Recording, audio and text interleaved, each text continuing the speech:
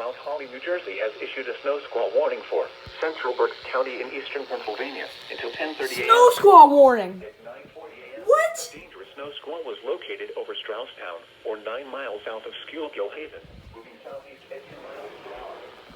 Hazard: poor visibility in heavy snow and blowing snow. What? Wind gusts up to 30 miles per hour.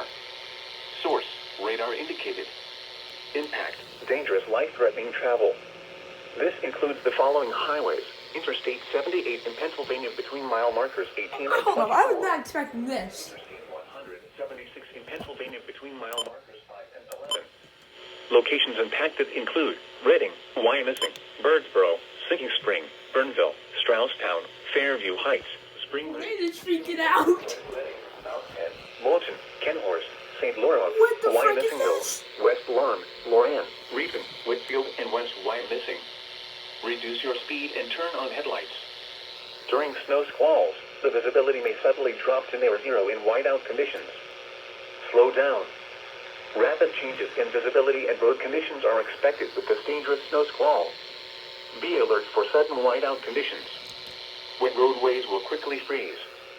Black ice will cause roads, bridges, and overpasses to become slick and dangerous.